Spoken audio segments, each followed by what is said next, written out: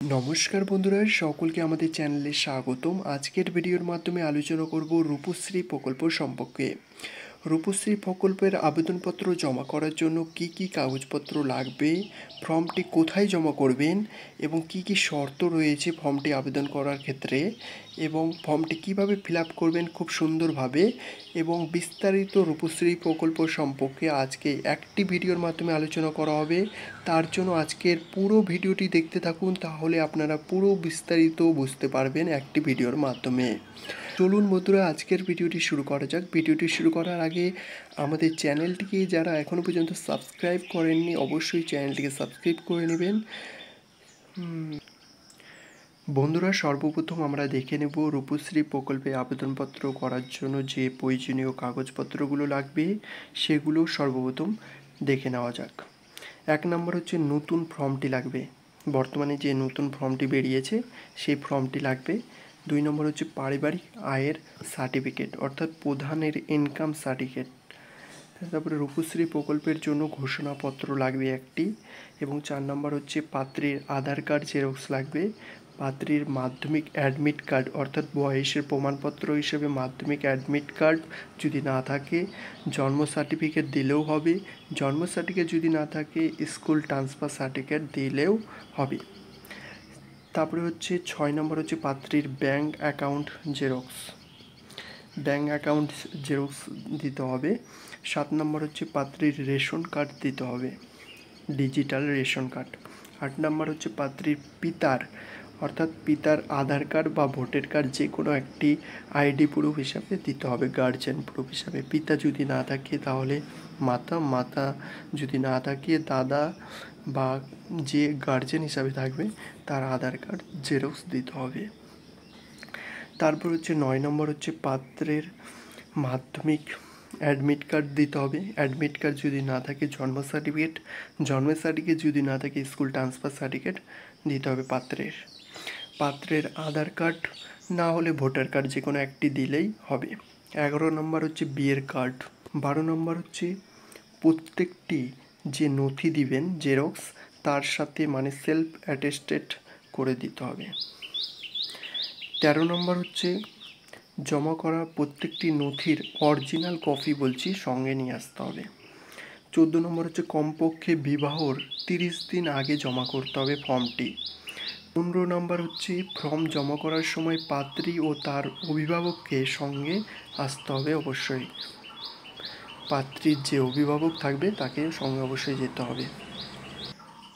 বন্ধুরা, চলুন এবার ফর্মটি কীভাবে পূরণ করবেন সেটি এবার বিস্তারিত আলোচনা করা হবে। এই হচ্ছে নতুন ফর্ম রূপশ্রী প্রকল্পের। রূপশ্রী প্রকল্পের ফর্মটি পূরণ করার জন্য সর্বপ্রথম আপনার ব্যাঙ্ক অ্যাকাউন্টে যে নামটি রয়েছে সেই নামের স্পেলিংটি এখানে দিয়ে দেবেন, নামটি। সেই নামটি দেওয়ার পরে আপনার জন্ম তারিখ, আবেদনকারীর জন্ম তারিখ, তার ঠিকানা অর্থাৎ বিবাহ যেখানে অনুষ্ঠিত হবে তার অ্যাড্রেসটি দিতে হবে। হাউস নাম্বার, জিপি, গ্রাম পঞ্চায়েত বা ওয়ার্ড যেটা হবে সেটা, আর প্রস্তাবিত বিয়ের তারিখ, অর্থাৎ বিয়ে যে ডেটে হবে সেই বিয়ের তারিখটি দিতে হবে। এখানে একটি কালার ফটো অ্যাটাচ করতে হবে। তারপর হচ্ছে আপনার রোড বা স্ট্রেট রাস্তার নাম, অর্থাৎ গ্রামের নাম দিলেই হবে। ব্লক বা মিউনিসিপ্যালিটি বা কর্পোরেশন যেটি হবে এখানে দিবেন। তারপর হচ্ছে পুলিশ স্টেশন দিবেন, ডিস্ট্রিক্ট দিবেন, পোস্ট অফিস, পিনকোড। তারপরে নিচে চলে আসবেন মায়ের নাম, মাদার্স নেম। তারপরে হচ্ছে ফাদার্স নেম অবশ্যই দিয়ে দিবেন। তারপর হচ্ছে আপনার কারেন্ট অ্যাড্রেস এবং পারমানেন্ট অ্যাড্রেস। কারেন্ট অ্যাড্রেস এবং পারমানেন্ট অ্যাড্রেস যদি সেম হয় তাহলে ডু লিখে দেবেন এই সাইডে, এবং কারেন্ট অ্যাড্রেসের সবগুলো লিখে দেবেন। Road, state, police station, post office. তারপর হচ্ছে আপনার গ্রাম পঞ্চায়েত, আপনার জিপি যেটি বা ওয়ার্ড যেটা হবে সেটা লিখে দেবেন। এই সাইডে সেম হলে ডু লিখে দেবেন সবগুলো ঘরে। এবং ব্লক বা মিউনিসিপ্যালিটি বা কর্পোরেশন, ডিস্ট্রিক্ট, স্টেট, পিনকোড এগুলো লিখে দেবেন। তারপর হচ্ছে মোবাইল নাম্বার, আপনার কন্ট্যাক্ট নাম্বার দিবেন যেটা চালু থাকবে সবসময়, সেই কন্ট্যাক্ট নাম্বারটি দিবেন। তারপর হচ্ছে আপনার bank details, bank account details দেবেন। এখানে আপনি হচ্ছে রূপশ্রী প্রকল্পের জন্য 25,000 টাকা পাবেন আপনি। আপনার সঠিক অ্যাকাউন্ট নাম্বার দিবেন, IFSC code, MICR code number যদি থাকে তাহলে অবশ্যই দিবেন, নাহলে দেওয়ার দরকার নেই। ব্যাংক নেম, ব্রাঞ্চ নেম, শাখার নেম এবং ব্রাঞ্চ অ্যাড্রেস সেটি দিবেন।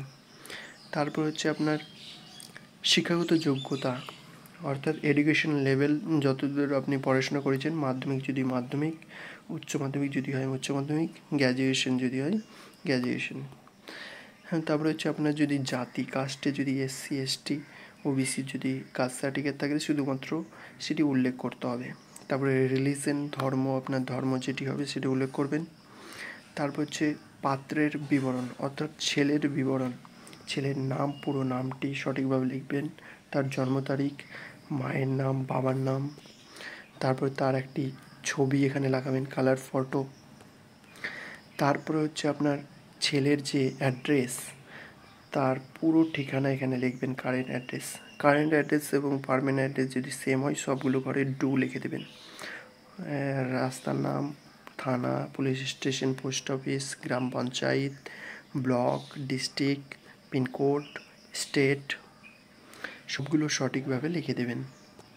তারপর হচ্ছে ডিক্লারেশন ফর্ম, এখানে ডিক্লারেশনের ক্ষেত্রে আমি বলছি সবগুলোতেই সব বক্সে টিক হবে, সমস্ত বক্সে টিক করে দেবেন।